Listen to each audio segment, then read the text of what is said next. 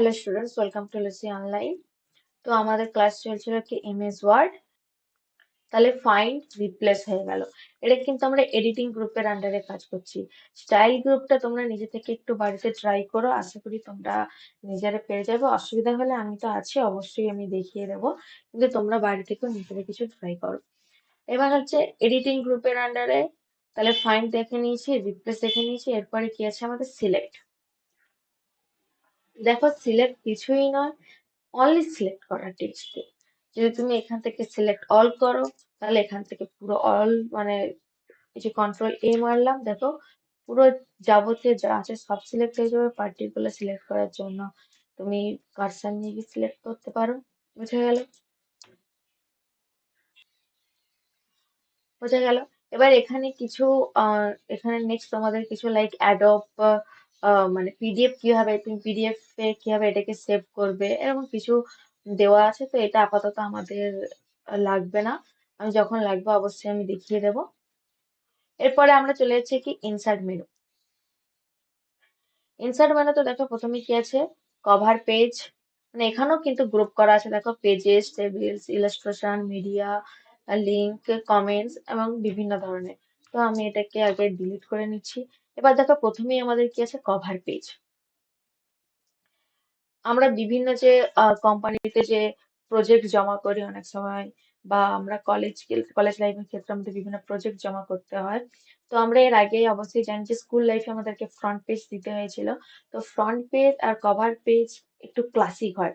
Front page কি হয়, একটু মানে একটু চাইল্ডিশ টাইপসের হয়, ওই বাচ্চাদের জন্য, এবং সেখানে আমরা বিভিন্ন ফুল পাতা এরকম ডিজাইন করি। কিন্তু যখন তুমি কভার পেজ, সেটা একটু ক্লাসিক, এবং বিভিন্ন কোম্পানিতে আমরা বিভিন্ন প্রজেক্ট আমাদের ক্ষেত্রে বা কলেজের ক্ষেত্রেও কিন্তু আমরা এই কভার পেজকে ইউজ করতে পারি। ওকে, তো কভার পেজ দেখো এখানে অনেক ধরনের স্যাম্পল দেওয়া আছে, চাইলে তুমি এগুলো নিজে থেকে ক্রিয়েটও করতে পারো। আপাতত তো আমাদের ক্রিয়েট করার দরকার নেই, আর কিভাবে ক্রিয়েট করতে হয় আমি পরে দেখিয়ে দেবো। তো আপাতত আমি এখান থেকে যে কোনো একটা স্টাইল চুজ করে নিচ্ছি, যেমন ধরো এই স্টাইলটা। দেখো এখানে ডেট দেওয়া আছে, তুমি ইজিলি এখানে ডেট দিতে পারো, ডকুমেন্ট টাইটেল, তোমার কি ব্যাপারে তুমি প্রজেক্টটা জমা দিচ্ছ, সাব টাইটেল, এবং এখান থেকে তুমি তোমার নাম এবং তুমি তোমার কোম্পানি নেম দিয়ে দিতে পারো। বুঝে গেল? এবার কোম্পানির জায়গায় তুমি তোমার কলেজের নাম দাও। এক্সট্রা যদি তোমার কিছু অ্যাড করতে হয়, অনেক বড় ফাঁকা জায়গা আছে, কিন্তু এটা দেখতে অনেকটা কি ক্লাসিক, সেই জন্য তুমি একে বেশি না চাপিয়ে যতটা আমাদের প্রয়োজন ততটুকু লিখে আমাদের জমা দেওয়াটা বেশি প্রয়োজন। বুঝতে পারলে? এরপরে দেখো ব্ল্যাঙ্ক পেজ। ব্ল্যাঙ্ক পেজ কিছু নয়, যেমন ধরো আমি কিছু টাইপ করছি, আমি একে নিয়ে নিচ্ছি কিছু লাইক 20 পেজ নিলাম। তো বর্তমানে আমার কাছে কটা পেজ আছে দেখো, স্ট্যাটাস বার এখানে দেখাচ্ছে দুটো পেজ আছে, এবং আমি 2 নম্বর পেজেই, 2 of 2 মানে হচ্ছে দুটো পেজ আছে, এবং 2 নম্বর পেজেই আমি আছি বর্তমানে। যদি আমি 1 নম্বর পেজে থাকি, দেখা যাচ্ছে 1 of 2, মানে দুটোর মধ্যে আমি এখন বর্তমানে 1 নম্বর পেজে আছি। তো আমি পরেরটাই যাচ্ছি, আমি পেজটাকে ছোট করে যেটা বুঝতে সুবিধা হয়। দেখো এটা উপরে দুটো পেজ, আমি নিচের পেজটাতে এসেছি। এবার এর পরে হয়তো আমাকে একটা ব্ল্যাঙ্ক পেজ নিতে হবে, বা হতে পারে কি একদম সবার টপে আমাকে একটা ব্ল্যাঙ্ক পেজ নিতে হবে। যদি সবার টপে ব্ল্যাঙ্ক পেজ চাই, তাহলে ধরো ফার্স্ট পেজের উপরে আমাকে একটা ব্ল্যাঙ্ক পেজ নিতে হবে। তো কি করব, ফার্স্ট পেজে যে টেক্সট আছে সেই টেক্সটে সবার প্রথমে ক্লিক রাখবো, এবং ব্ল্যাঙ্ক পেজে যখনই ক্লিক করব দেখো টপে ব্ল্যাঙ্ক পেজটা আসবে। আর যদি ওই টেক্সটের আমরা নিচের দিকে ক্লিক রাখি এন্ড দেন ব্ল্যাঙ্ক পেজে ক্লিক করি, তাহলে ব্ল্যাঙ্ক পেজটা নিচে আসবে। বর্তমানে পেজটা অলরেডি মানে এখানে কেন আছে, কারণ অলরেডি নিচে পেজ দেওয়া আছে বলে। তুমি এরপরে আবার ব্ল্যাঙ্ক পেজ নাও, দেখো নিচে পেজ আসবে। বুঝে গেল? কোনো পেজে যদি উপরে থাক মানে আমাদের পেজের দরকার হয়, তাহলে সেই পেজে কার্সারটাকে একদম সবার টপে থাকতে হবে, সব টেক্সটের সামনে। বুঝে গেল? এরপরে কি আছে, পেজ ব্রেক। পেজ ব্রেক মানে ওই অংশটা আমি ওই পেজে রাখতে চাইছি না, পরের পেজে পাঠিয়ে দিতে চাইছি। লাইক ধরো এই যে সেকেন্ড, এটা যেমন এই যে পেজটা দেখতে পাচ্ছ,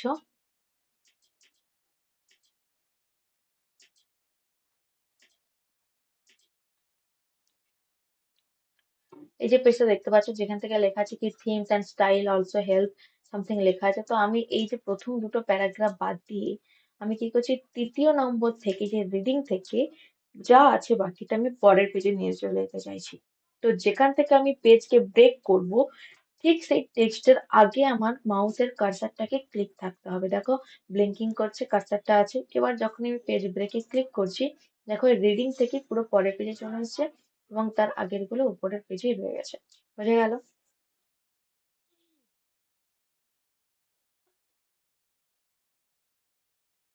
তাহলে ইনসার্টের মধ্যে প্রথম যেটা আমরা শিখলাম কি পেজেস গ্রুপ, এবং তার মধ্যে cover page, blank page and page break তিনটের কাজই আমরা দেখে নিলাম। বোঝা গেল? এরপর কি আছে ইনসার্ট মেনুর মধ্যে? দেখো টেবিল, টেবিল গ্রুপের মধ্যে টেবিলের কাজ আমরা কিভাবে করবো এখানে। তো টেবিল আনার জন্য দেখো নর্মালি আমরা তো লিখতেই পারি, কিন্তু যখন তাকে টেবিলের মধ্যে একটা গুচ্ছিত করে রাখবো সেটা দেখতে আরো ভালো লাগে এবং তাকে আমরা ম্যানেজ করতে আমাদের আরো বেশি সুবিধা হয়। সেই জন্য আমরা টেবিল ব্যবহার করে থাকি। তো টেবিল আনার জন্য এখানে কিছু প্রসেস আছে। সেটা হচ্ছে কি, প্রথম প্রসেসটা কি, লাইক এখানে দেখো অলরেডি আমাদের বলতে পারো যে টেমপ্লেটস টাইপস এর দিয়ে রেখেছে। টেমপ্লেটস কেন বলছি, কারণ বাই ডিফল্ট আমাদের ছক দিয়ে রেখেছে তাই বললাম। এটা ঠিক টেমপ্লেটস নয়, বলতে পারো যে আগে থেকে তৈরি করা বক্স আমাদের দিয়ে রেখেছে। সেটা হচ্ছে কি 7x6 এর টেবিল। 7x6 মানে দেখো লাইক লম্বালম্বি গুলো হচ্ছে কি কলাম, আর এগুলো হচ্ছে এক একটা রো। বোঝা যাচ্ছে? ভালো করে লক্ষ্য করো। এই যে wait, wait। একটা কলাম, দুটো, তিনটে, চারটে, পাঁচটা, ছটা, সাতটা, আর এদিকে রো। দেখো এটা একটা রো, দুটো, তিনটে, চারটে, পাঁচটা, ছটা। বুঝা গেল? তাহলে এখানে কটা কলাম কটা রো হলো?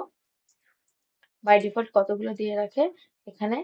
7x6 মানে আগে কলামের নাম্বারটা and then তারপর রো এর নাম্বারটা। এটা হচ্ছে একটা তোমার গেল যে এইটা একভাবে তুমি টেবিল আনতে পারো পেজে। সেকেন্ড প্রসেস কি ইনসার্ট টেবিল। ইনসার্ট টেবিলে গেলাম, প্রথমে কি বলেছে দেখো নাম্বার অফ কলামস।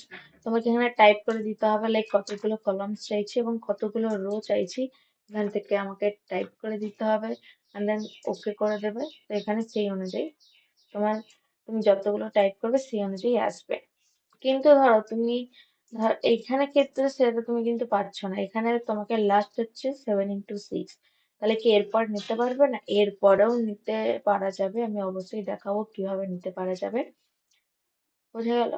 এরপর আছে ড্র টেবিল। ড্র টেবিলে গেলে কিছু না, তোমাকে একটা পেন্সিল ধরিয়ে দেবে, নিজের মতো করে তোমাকে ড্র করতে হবে। লাইক তোমার প্রথমে একটা বর্ডার, পুরো একদম অল বর্ডার করে নিলে and তারপরে তুমি কাটিং করে দেখে নেবে তোমার কেমন টেবিল প্রয়োজন, সেই অনুযায়ী তুমি এখান থেকে টেবিল ড্র করতে পারো। বোঝা গেল? তাহলে টেবিল তৈরি করার প্রসেস ক ধরনের হলো? তিন ধরনের। প্রথমত কি আছে, এখান থেকে তোমাকে কিছু বাই ডিফল্ট বক্স করে দেওয়া আছে, সেখান থেকে তুমি ইউজ করতে পারো। ইনসার্ট টেবিল থেকে ইউজ করতে পারো এবং ড্র টেবিল।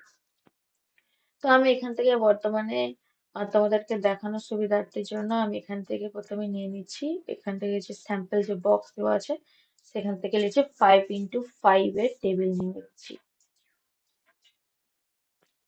এবার ভালো করে লক্ষ্য করো, আমি বাইরে ক্লিক করি আগে। আমাদের এখানে যে ট্যাব গুলো আছে like home tab, insert tab, draw, যা যা আছে, লাস্ট যে ট্যাবটা আছে তারপরে দেখো কোনো ট্যাব নেই, তাই তো? এরপরে যখনই তুমি এই টেবিলের ভিতরে ক্লিক করবে দেখো and তারপরে তোমাকে আবার দুটো ট্যাব দেখাচ্ছে, যেটা কি table design and table layout. কথার মধ্যেই আছে কি, এটা টেবিলকে স্টাইল দেওয়ার পারপাসের জন্য তোমাকে ওটা দেওয়া আছে, মানে টেবিলের যাবতীয় কাজের জন্য। তার দেখে নেওয়া যাক এক একটা কাজ কিভাবে হয়। প্রথম হচ্ছে কি টেবিলকে ডিজাইন, টেবিল ডিজাইন করব। আচ্ছা, যেটা দেখানো হলো না সেটা হচ্ছে আমি কিভাবে এটাকে বড় করলাম। দেখো এই টেবিলের একদম নিচের দিকে একটা ছোট্ট বক্স আছে দেখতে পাচ্ছ। ওখানে কি করব, এখানে গেলে দেখো একটা স্ট্রেচিং যে একটা সিম্বল হয়, এই ডুমুখ চিহ্ন, ওটাকে ধরে স্ট্রেচ করলে বড় হয়ে যাবে। আর উপরে যেটা দেখতে পাচ্ছ, আমি এটাকে আর একটু ছোট করে দিচ্ছি। উপরে যেটা দেখতে পাচ্ছ এটাতে ক্লিক করলে অল টেবিল সিলেক্ট হয়ে যাবে। উপরন্তু ওইটাকে চেপে ধরে তুমি যেখানে টেবিলটাকে মুভ করাবে সেখানে টেবিলটা মুভ হবে। লাইক আমি আরেকটু নিচের দিকে আনতে চাইছি। বোঝা গেল? এবার আমাদের এখানে কি আছে দেখো, header row, total row, banded rows, first column, last column and banded columns. তো এখানেই প্রত্যেকটা কিভাবে কাজ করবে তার আগে আমি টেবিল স্টাইলটা দেখিয়ে দিই, নাহলে ওটা বুঝতে পারবে না। তো টেবিল স্টাইলের মধ্যে আগে দেখি কি কি অপশন আছে, বিভিন্ন ধরনের দেখো, এগুলো হচ্ছে টেবিলের স্টাইল দেওয়ার জন্য। এগুলো কি করতে হয়? আগে তোমাকে টেবিলে তোমার কন্টেন্ট লিখে নিতে হয়, আর দেন তারপরে তুমি স্টাইল অ্যাপ্লাই করলে কি সুবিধাটা হবে, যে তখন তোমার বক্স না দেখা গেলেও চলবে, কারণ এই যেহেতু আমাকে এই মুহূর্তে আমি যদি কিছু টাইপ করিনি এবং টাইপ করব, তো সেক্ষেত্রে আমার নর্মাল ভিউটাই ঠিক আছে। যখন টেবিলে তোমার পুরো লেখা কমপ্লিট হয়ে যাবে, তখন তুমি এখান থেকে কি করবে, স্টাইল অ্যাপ্লাই করে দেবে। তো আমি এখন তোমাদেরকে বোঝানোর সুবিধার্থে যে কোনো একটা স্টাইল অ্যাপ্লাই নিচ্ছি, ধরো আমি এই স্টাইলটা নিয়ে নিলাম। দেখো এর ফার্স্ট যে রোটাকে হাইলাইট করা আছে এবং ফার্স্ট কলামটাকে হাইলাইট করা আছে। এবার দেখো প্রথম লেখা আছে হেডার রো, হেডার রোটাকে অ্যাক্টিভ করা আছে। আমি যদি এটাকে অফ করে দিই কি হবে, দেখো অফ হয়ে গেল। কিন্তু আমাদের কতগুলো আমাদের রো ছিল, একটা দুটো তিনটে চারটে পাঁচটা। তো টোটাল পাঁচটা আমাদের রো ছিল, পাঁচটাই রো আছে। কিন্তু ওই যে হাইলাইটেড যে একটা হেডিং যে তার জন্য একটা হেডারের জন্য আলাদা যে কালার দিয়েছিল, সেই কালারটাকে ও তুলে নিয়েছে। আবার যখন আমি অ্যাক্টিভ করবো আবার চলে আসবে। বুঝে গেল? টোটাল রো এর ক্ষেত্রে কি হবে, লাস্ট রো এর ঠিক আগেরটা তোমাকে স্পেসিফাই করবে, দেখো টোটাল রো এর ঠিক লাস্ট রো এর ঠিক আগেরটা তোমাকে স্পেসিফাই করে বলে দেবে যে এখানে আমাদের মানে রো শেষ। বুঝে গেল? ব্যান্ডেড রোজ, ব্যান্ডেড রোজটা দেখো, দেখো এখানে একটা ছেড়ে একটাই কিন্তু একটু লাইট কালার একটু ডার্ক কালার এরকম আছে, যেটাকে আমি অফ করে দেখো সব সেম কালার হয়ে যাবে, বোঝানোর জন্য যে একটা আলাদা রো অ্যান্ড দেন তারপর একটা আর একটা আলাদা রো, যাতে তোমার গুনতি করতেও সুবিধা হয় এবং একটু দেখা স্টাইলটা দেওয়ার জন্য এখানে ব্যান্ডেড রোজটা দেওয়া আছে। ফার্স্ট কলাম, প্রথম কলামটাকে হেডিং মানে হাইলাইট করা আছে, অফ করে দিলে অফ হয়ে যাবে। আর লাস্ট কলামের ক্ষেত্রেও সেম, লাস্ট কলামটাকে হাইলাইট করবে। ব্যান্ডেড কলামস যেমন ব্যান্ডেড রো হয়, তেমন ব্যান্ডেড কলামসও হয়। ব্যান্ডেড কলামস কিরকম দেখো, একটাতে যদি আমি উড়িয়ে দিই, দেখো এখানে কি আছে, ব্যান্ডেড কলামসটা অফ ছিল, যে আমি অন করে দিয়েছি, একটাতে পুরো কালার, একটাতে স্টেপ বাই স্টেপ, আর আবার একটাতে কালার, একটা স্টেপ বাই স্টেপ। বুঝে গেল? একটাতে কালার একটাতে কালার থাকবে আর একটাতে কালার থাকবে না, এরকম। তোমরা এগুলো ট্রাই করে দেখো। তাহলে আমাদের টেবিল ডিজাইনের মধ্যে টেবিল স্টাইল অপশন হয়ে গেল, টেবিল স্টাইলস হয়ে গেছে। এরপরে দেখো শেডিং, শেডিং এর কাজ তোমাদেরকে হোম মেনুর ক্ষেত্রে দেখিয়েছিলাম, এখানেও সেম। যেই বক্সে মানে আমি এখান থেকে নর্মাল ভিউটা করে নিচ্ছি, লাইক আমি এখান থেকে লিখে নিচ্ছি ইংলিশ,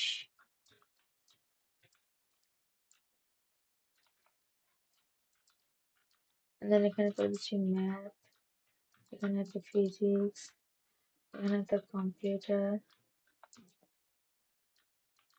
ট্যাব মেরে মেরে কাজ করবে, ট্যাব মারলাম, and then এখানে তো বেঙ্গলি, যেমন ধর একটা ক্লাস রুটিন টাইপসের। তো এখানে আমি আবার ইংলিশ, এখানে আবার ম্যাথ, এখানে একটা দিচ্ছি ড্যান্স। বুঝা গেল? এবার ধরো আমি চাইছি যেখানে যেখানে আমার ইংলিশ আছে, তো সেখানে তাকে আলাদা কালার করে দিতে, মানে একই কালার করব। মানে আমার ক্লাস রুটিনের ইংলিশ গুলোকে একই কালার করব, ম্যাথ গুলোকে একই কালার করব, যদি সিমিলারিটি থাকে। তো আমি এখানে ইংলিশ ক্লিক করলাম, প্রথম ইংলিশটাতে ক্লিক করলাম এবং কন্ট্রোল চেপে তুমি আরেকটা ইংলিশে প্রথম ইংলিশটাকে সিলেক্ট করব। ওকে, যদি একসঙ্গে আমরা যদি আমরা একসঙ্গে কাজ করতে চাই, তাহলে প্রথম ইংলিশটাকে সিলেক্ট করলাম, পরে কন্ট্রোল চেপে নেক্সট ইংলিশটাকে সিলেক্ট করলাম এবং শেডিং এ গিয়ে তুমি কালার দাও, তাহলে দুটো একসঙ্গে কালার হয়ে গেল। আর যদি তুমি কন্ট্রোল চিপে না সিলেক্ট করতে পারো, তখন তোমাকে ম্যানুয়ালি বারবার লাইক এই ম্যাথে ক্লিক করলাম, and then এখান থেকে একটা কালার দিলাম, আবার পরেরটা গেলাম, আবার একটা কালার দিলাম। তাহলে আবার দেখাচ্ছি কিভাবে আমি অ্যাট এ টাইম মানে অনেকগুলো সেলে অ্যাট এ টাইম কিভাবে কালার দেবো। যেই সেলগুলোতে অ্যাট এ টাইম কালার দেবো, লাইক ধরো এই ফাঁকাগুলোর মধ্যেই দেখাচ্ছি, একটাতে প্রথমে ক্লিক করব, and then মানে একটাতে প্রথমে সিলেক্ট করতে হয়, পরেরটাতে কন্ট্রোল চিপে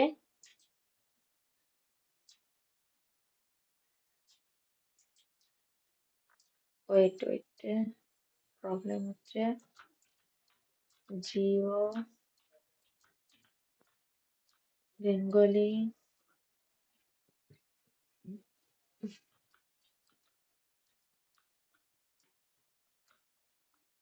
spoken history আবার বেঙ্গলি। ওকে, যেমন ধরো এই যে বেঙ্গলি এখন তিনটে জায়গাতে আছে, তো আমি এট টাইম কি করে কালার দেবো?